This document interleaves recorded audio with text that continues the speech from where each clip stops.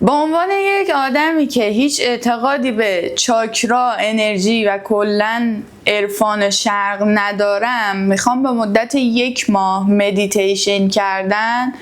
و مطالعه در مورد انرژی رو شروع کنم، ببینم که چه تأثیری داره توی روند زندگی. البته که توی 1 ماه نمیتونه نتیجه خاصی با توجه به گفته افرادی که حالا توی این زمینه فعالیت میکنن داشته باشه، ولی بی تأثیر هم نیستش.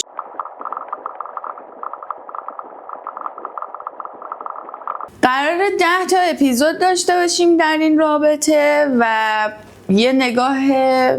جانبی هم میکنیم به این قضیه که گربه ها چه تأثیری میتونن داشته باشن توی انرژی ما و واقعا فرکانس خورخور کردنشون باعث بافت درمانی میشه یا نه. توی این مسیرم ایشون همراهمونه، خیلی هم ناراحته. قراره توی 5 هفته 2 تا اپیزود من بیام صحبت کنم و از تجربه مدیتیشن کردن یا شوق گذاری کردن یا هر روشی که هستش برای متعادل کردن انرژی صحبت بکنم. یه سری کتابایی هستن که یه جورایی کتابای مرجعن، تقریبا خیلی اینا رو خوندن و من میخوام اون کتابا رو شروع کنم خوندن. حالا میگم چه کتابایی هستش، توی هر اپیزود مینویسم، ولی اولین کتابی که باهاش میخوام شروع بکنم کتاب ماوراتبیعی شدن اثر جو دیسپنزا هستش که در واقع میاد هم از نظر علمی و فیزیک بدنی در واقع بررسی میکنه، هم از نظر انرژی، که ببینیم از نظر فیزیکی، از نظر علمی واقعا انرژی ها تأثیر دارن روی بدن ما یا نه. ولی اینو من توی هر اپیزودم میگم که این اپیزودها و این ویدیوهایی که من قراره بذارم همشون تجربه شخصی خودمه و این مدیتیشن کردن، این متعادل کردن انرژی جایگزین هیچ درمانی نیست تا به امروز. شاید یه سری افراد حتی زیادی وجود داشته باشن که بگن ما با شوق گذاری کردن، ما مدیتیشن کردن، با یوگا کردن تونستیم بیماریمون رو درمان بکنیم، ولی در واقع شما نباید اگه دارین برای بیماریتون دارویی مصرف کنین اون دارو رو قطع بکنین و فکر کنین که با مدیتیشن کردن و یوگا کردن اینا درست میشه. در واقع چیزی که من تا به امروز خوندم و متوجه شدم قضیه اینه که چون مادر همه بیماری ها در واقع استرسه، شوق گذاری کردن، مدیتیشن کردن، یوگا کردن، همه اینا باعث میشه ما از درون به آرامش برسیم و این آرامشه باعث میشه که سطح کورتیزول تو بدن ما که همون هورمون استرسه کم بشه و خب به تبع وقتی که استرس ما کمتر میشه، هورمون کورتیزول کمتر ترشح میشه، از خیلی از بیماری ها جلوگیری میکنه، چون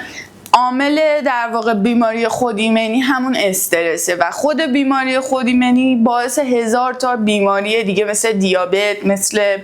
تیروئید و خیلی چیزای دیگه میشه. من خودم به شخصه برای اینکه بخوام یه کاری رو شروع بکنم، یه کار جدی مثل اینکه یه عرفانی رو در پیش بگیرم، واقعا لازم دارم اول بدونم که منطق این قضیه چیه، منطق این انرژی درمانی چیه. و خب با توجه به اینکه این انرژی درمانی ها، این مدیتیشن کردن ها باعث میشه سطح استرس بیاد پایین، من خودم به شخص علاقه‌مند شدم به اینکه بخوام این کار رو انجام بدم، ولی باز هم لازم میدونم که تحقیقات بیشتری بکنم در این رابطه که ببینم آیا صحت علمی داره یا نه. و خب چون من هم دیابت دارم هم تیروئید دارم که جفتش به خاطر استرس و اضطراب تغییر میکنه و یه چیزیه که به هورمونا مربوطه، دوست داشتم که اینو به صورت تجربی هم تستش بکنم، فقط نرم راجعش کتاب بخونم، ویدیو ببینم، تحقیق بکنم، به صورت تجربی انجام بدم و واقعا اگه نتیجه داشته باشه خوشحال میشم، عمیقاً از ته قلبم که نتیجه داشته باشه. ولی اگه نتیجه هم نداشته باشه در طولانی مدت، باز هم مطمئنم که به کنترل این قضیه کمک خواهد کرد، یا حداقل از پیش اومدن جریانات جدید شاید جلوگیری بکنه. یه خلاصه از حرفهای نویسنده توی کتاب ماوراءطبیعی شدن اگه بخوام بدم، برای مثال اولیش اینه که ذهن و بدن به هم متصلن. یعنی که افکار و احساسات ما روی بدنمون تاثیر میذاره و میتونه روی سلامت فیزیکی و روانی ما هم تاثیر مثبت یا منفی بذاره. دومین مورد قدرت تصویرسازی ذهنی مونه که وقتی که ذهنمون رو روی یه چیزی متمرکز میکنیم و شروع میکنیم به تجربه یه احساساتی، یه حسی رو شروع میکنیم تجربه کردن، مغزمون به این پاسخ میده. مثل وقتی که شما به یه خاطره بد یا منفی فکر میکنین، دوباره قبلا اتفاق افتاده دارین بهش فکر میکنین و دوباره اون حس غم و اندوه و یا خشم و حس میکنین، مغزتون در واقع داره پاسخ میده به اون